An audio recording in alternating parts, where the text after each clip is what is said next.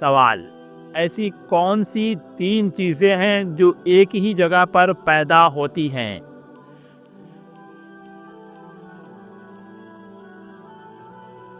جواب: پھول، کانٹے اور خوشبو۔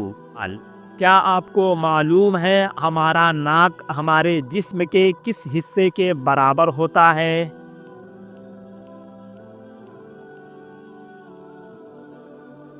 جواب: ہاتھ کے انگوٹھے کے برابر۔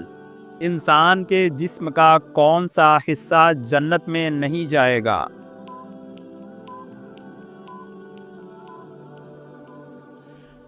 جواب: حرام کی کمائی کرنے والا۔ سوال: حدیث کے مطابق میت پر کتنے صف نماز جنازہ پڑھ لیا جائے تو وہ بخشا جائے گا؟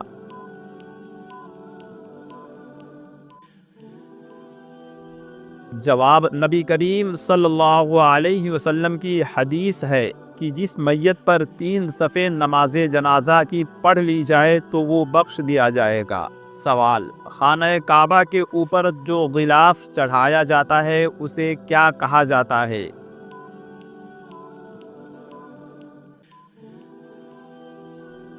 جواب: اسے قصوہ کہا جاتا ہے۔ سوال: زمین پر پہلا زلزلہ کس گناہ کی وجہ سے آیا تھا؟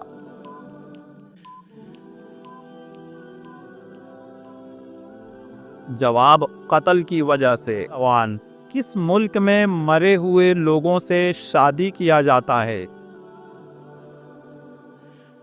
جواب: فرانس میں ایک خاص قانون ہے جسے پوسٹ ہیومس میرج کہا جاتا ہے۔ اس قانون کے تحت اگر کسی انسان کی منگنی ہو گئی ہو اور اس کے منگیتر کی موت ہو جائے تو کچھ خاص شرائط کے تحت وہ زندہ شخص مرے ہوئے سے شادی کر سکتا ہے، اور یہ قانون پہلا عالمی جنگ یعنی کہ پہلا ورلڈ وار کے بعد شروع ہوا تھا، جب بہت سارے فوجی اس جنگ میں مارے گئے تھے اور ان کی منگیتر نے ان سے علامتی طور پر شادی کیا تھا۔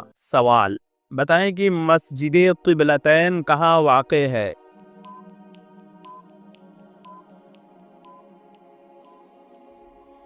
جواب: مدینہ المنورہ میں۔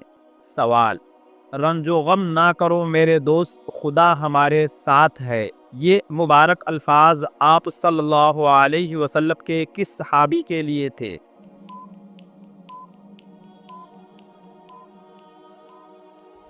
جواب: حضرت ابو بکر صدیق رضی اللہ تعالی عنہ کے لیے۔ سوال: وہ کون سا جانور ہے جس پر زہر بھی اثر نہیں کرتا؟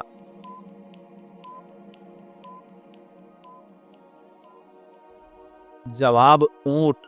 سوال: پستول کس ملک نے ایجاد کیا؟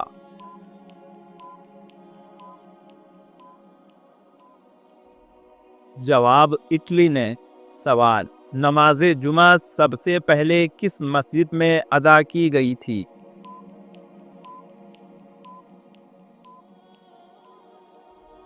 جواب: مسجد خضرا میں۔ سوال: سود کس ہجری میں حرام ہوا؟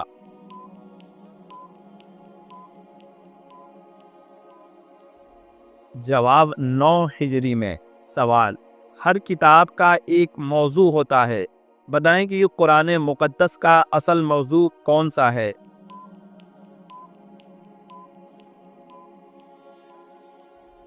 جواب: قرآن مقدس کا اصل موضوع انسان ہے۔ سوال: جس مٹی سے انسان کو بنایا گیا وہ مٹی کہاں موجود ہے؟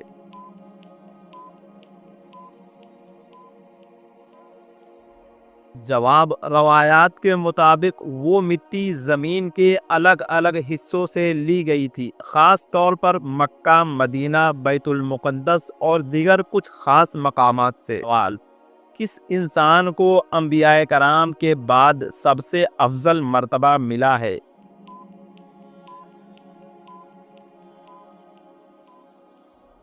جواب: انبیاء کرام کے بعد انسانوں میں سب سے افضل مرتبے والے حضرت ابو بکر صدیق رضی اللہ تعالی عنہ ہے۔ سوال: بلی کے رونے سے گھر میں کیا ہوتا ہے؟